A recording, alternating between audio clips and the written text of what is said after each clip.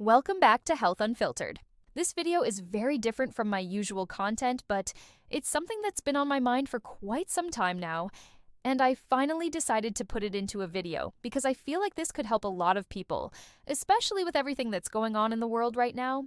Essentially, I want to talk about mental health awareness trends. We've seen a lot of them come and go, but some of these are still pretty popular today.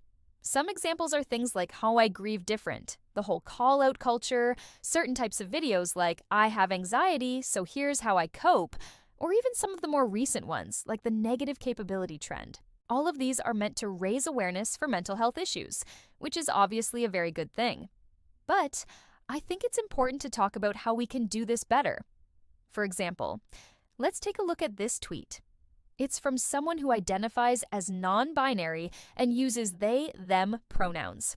They talk about how they deal with their depression by making sure they eat breakfast. And while I totally agree that eating breakfast is an excellent way to start off your morning, I think it's kind of problematic when you try to tie it to the idea that this is how you deal with depression. Depression is a very complex illness. It's not something that can be explained in one tweet. Not only that, but this tweet generalizes the experience of literally millions of people and reduces it to a single coping mechanism, which in this case is just eating breakfast. And while eating breakfast is great, it doesn't actually address the core issue. Another example is the whole "dart I grieve different" thing. This is where people would post about how they grieve in a different way. So instead of crying, they would do something else. Maybe throw themselves into their work or clean their house really thoroughly. Again, while these are all fine things to do, it's not really healthy to frame them as a replacement for grieving.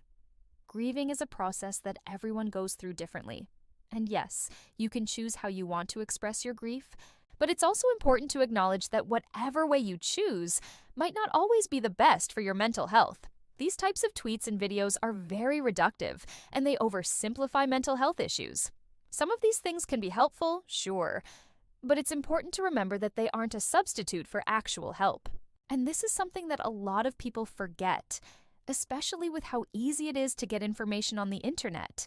People don't really know what they're talking about half the time, and they end up giving advice that isn't even helpful. Sometimes it can even be harmful, so what are we supposed to do instead? Well, here are some ideas. First of all, if you're going to make a video about your mental health, make sure you preface it with a disclaimer.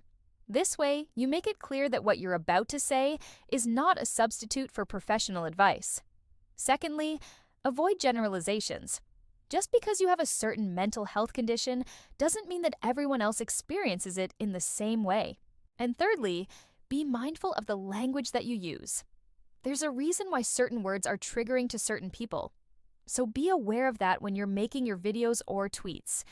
Again, I'm not trying to say that these topics shouldn't be discussed at all.